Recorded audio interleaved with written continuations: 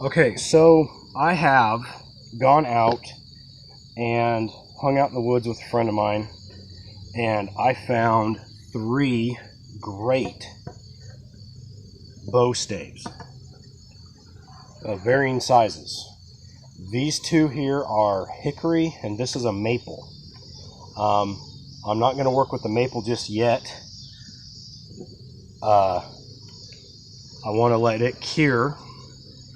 And this hickory one I have some plans for, but what I want to do is practice with this little guy here. Now I should be able to get a pretty decent bow out of this, and I just kind of wanted to show part of my process.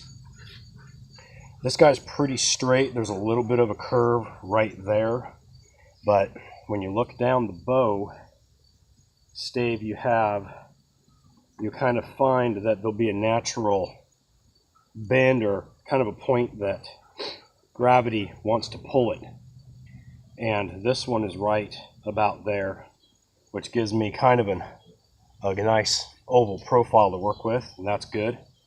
The only tools that I'm using right now are a bow.Warm Laplander, which I shouldn't need for most of this part, my K-bar knife, and a block of wood because I'm working on a piece of concrete, and just a little baton that I cut off the top of the maple stave. That was a really long piece, so I wanted to kind of judge a little bit more on which end I wanted to shorten it down on. So all I do is I kind of look at this, and I'll get my start on splitting this. And I'm not a huge practitioner of batoning, and when I baton my K-bar, I don't actually pound it through. I just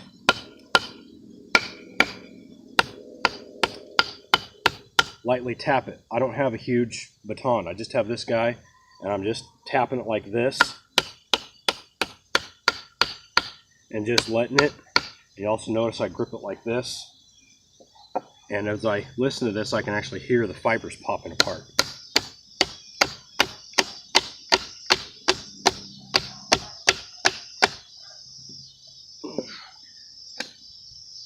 This isn't that exciting of a process. Readjust my knife.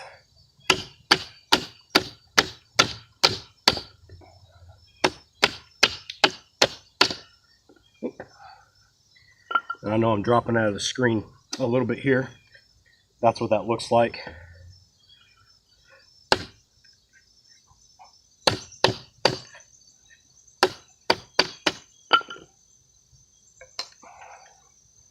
And that's that. And I have 2 beautiful stave halves that I can get 2 bows out of one if you get a good piece.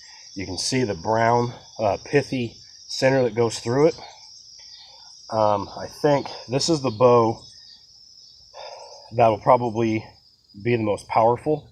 It's a little thicker, so what I usually do, especially when I'm trying a new piece of or not a new piece but a new type of wood, is I will choose one as a sacrificial side so that I can get a feel for the wood, get the grain and material. Obviously this is really nice straight grained wood. There's a little bit of a swell right there, which will mean the other side will have a hollow point. But it gives you a chance to study. So you pick one that you can basically mess up on, and you work with it. But all I'm going to do now is I'm just going to square this guy off. So I'll reposition my deal so you can see my start here. And I'm just going to square this one off. And you can do this you can actually do this by just coming up and starting at the handle. That's what I like to do, and work your way down. But on the straight grained wood, a lot of times you can just go like this, pop it, get it started,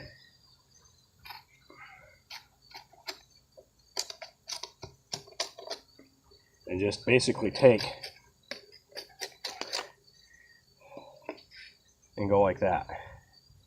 and that will get you a square profile. That's the kind of the recipe that I've learned. But you can also, instead of going like that, you can start, like I said, at the handle, just kind of bounce it on your thumb, work away from yourself,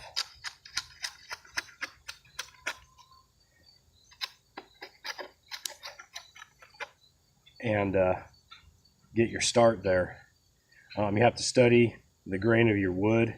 You know, there'll be little wibbles and wobbles in it, but you can just turn it around, start this way. I've explained this in another video, but why I start at my handle when I'm tapering, you know, like this, I'm tapering this side, and work this way, is if you, at the ends, when you kind of taper them toward your nocks, the grain is stacked, almost like my fingers here.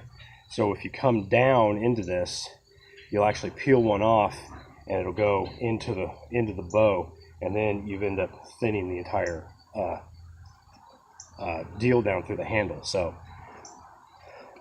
say I got a wide spot there.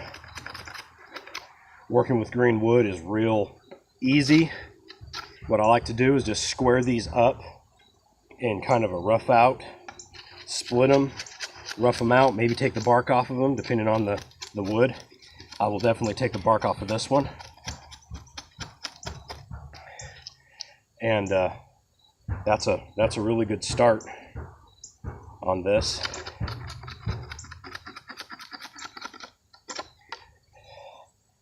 And then once you get to that point, you kind of might give it a little quick tiller, just kind of see where your soft spot is, and that'll usually be in a thin spot, and then that's what you base the thickness of the rest of your overall bow with, and then you can start your tillering and take out all the stiff areas. So anyways, a lot of times that's where I'll stop on a bow and let it cure for a couple more days, and then